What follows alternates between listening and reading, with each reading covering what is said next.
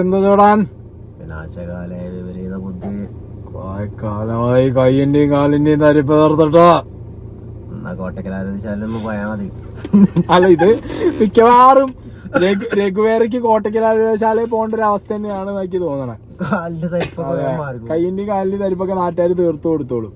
അല്ല, ഇവിടെ തൊപ്പി വന്നിട്ട് പബ്ലിക്കായിട്ട് വളി എന്ന് പറഞ്ഞപ്പോഴത്തേക്ക് ഏറ്റുപിടിച്ച് കുറെ എന്താ പറയാ സാമൂഹിക പ്രവർത്തകരും രാഷ്ട്രീയക്കാരും മതപണ്ഡിതന്മാരും സോഷ്യൽ മീഡിയയിൽ അയ്യോ അസഭ്യം പറയുന്നേ തൊപ്പി എന്നൊക്കെ പറഞ്ഞിട്ടാണ് എടുത്ത് കുട്ടികളെ നശിപ്പിക്കുന്നു, അസഭ്യം വിളമ്പുന്നു സ്നേഹേ. അതേപോലെ ഈ അടുത്ത് നമ്മൾ ലൈവ് ഇട്ടില്ല 2 ദിവസം നമ്മള് ലൈവില് തെറി വിളിക്കുന്നു, അസഭ്യം പറയുന്നു. വെറുതെ ഇരുന്ന് തെറി വിളിക്കുക, ചീത്ത പറയാന്നാണെന്നുണ്ടെങ്കിൽ നിങ്ങൾ പറഞ്ഞോ, കുഴപ്പമില്ല. നമുക്കൊക്കെ എന്ന് പറഞ്ഞാൽ ഇങ്ങോട്ട് നല്ല രീതിയിൽ തെറി വിളിക്കുമ്പോഴാണ് നമ്മൾ പ്രൊവോക്ഡ് ആയിട്ട് അങ്ങോട്ട് തെറി വിളിക്കുന്നത്. അതില് ഒട്ടുമുക്കാൽ ഭാഗം നമ്മള് മൈൻഡ് അടിക്കാറില്ല. പലതും നമ്മളൊന്നും പറയാൻ വളരെ വളരെ മോശമായ കമന്റ്. ഞാൻ തൊപ്പിയുടെ കേസാണെങ്കിൽ പോലും തൊപ്പി വളീനെ പറഞ്ഞിട്ടുള്ളൂ. രഘുചേട്ടൻ പറഞ്ഞ പോലെ വേറൊന്നും പറഞ്ഞില്ല.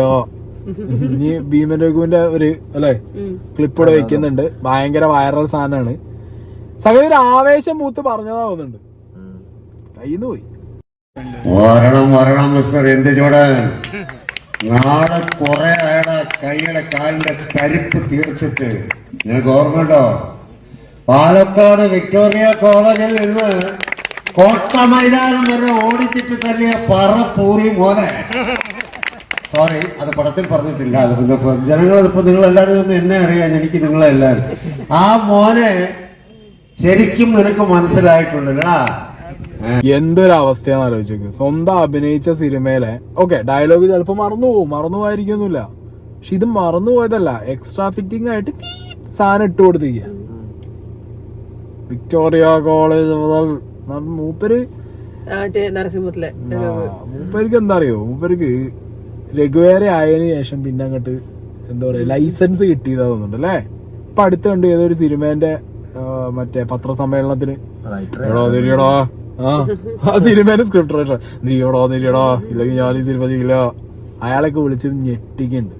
അല്ല, ഇപ്പൊ ഈ കമ്മ്യൂണിസ്റ്റുകാർക്കൊന്നും ഇതിൽ പാർട്ടി നേതാക്കന്മാർക്കൊന്നും ഇടപെടാനില്ലേ? നിങ്ങളുടെ പാർട്ടിയിൽ ഇപ്പൊ വന്നു കയറി ഈ മനുഷ്യൻ അല്ലേ, ചുവന്ന കൊടിയും പിടിച്ചിട്ട് ചോര വേള മണ്ണ് എന്താ പാട്ട് വേറെ നിലവിൽ ഈ സമയത്ത് ഈ പാട്ടുകാരെന്നേ പറയാൻ പറ്റുള്ളൂ.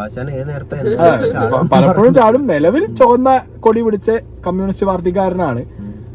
എന്നാണെങ്കിലും ആ പാർട്ടിക്കാരെന്നുള്ള നിലയിലും കൂടി ആയിരിക്കുമല്ലോ ഒരു സ്റ്റേജിൽ ഒരു ബൈക്കിന് മുന്നിൽ പോയിരിക്കല്. അല്ല, ഇപ്പൊ സിനിമാ നടൻ എന്നുള്ള പേരൊക്കെ മാറിയിട്ടാണ്. ഇപ്പൊ നേതാവാണ്, ഇപ്പൊ കമ്മ്യൂണിസ്റ്റ് നേതാവാണ് മൂപ്പര്. എന്തായിരുന്നു വിളിച്ചു വരുത്തുന്നു, AKG സെന്ററിന് മൂപ്പർക്ക് മറ്റേ എന്ത് പാർട്ടി മെമ്പർഷിപ്പ് കൊടുക്കുന്നു. അപ്പൊ നിങ്ങളെ ഒരു അച്ചടക്ക അല്ലെ ഒരു അച്ചടക്ക എന്താണ് ലംഘന നടപടിയെങ്കിലും എടുത്തൂടെ? അല്ലെ, ഞാൻ ഒന്നുമില്ല സോഷ്യൽ മീഡിയയിൽ ആക്റ്റീവ് ആയിട്ടുള്ള തൊപ്പിയോ ഞാനോ അങ്ങനെ ആരെങ്കിലും ഒക്കെയാണ് ഇപ്പൊ ഈ പറഞ്ഞ പോലെ ഒരു പബ്ലിക് സ്പേസിൽ തെറി പറഞ്ഞിട്ടുണ്ടെന്നുണ്ടെങ്കിൽ 100 പേര് ഓഡിറ്റ് ചെയ്യാൻ വരും. എന്തിന് 24x7 ചർച്ച വരെ നടക്കും. ബ്ലോഗറിന്റെ വെറുത്തരം ചർച്ചകളൊക്കെ വന്നിരുന്ന് ബ്ലോഗർ അതിര് നടക്കുന്നു. അല്ല, അതങ്ങനെ തോന്നുന്നുണ്ട്. ഇയാൾക്ക് ലൈസൻസ് കൊടുത്താവുന്നുണ്ട് നാട്ടുകാര്.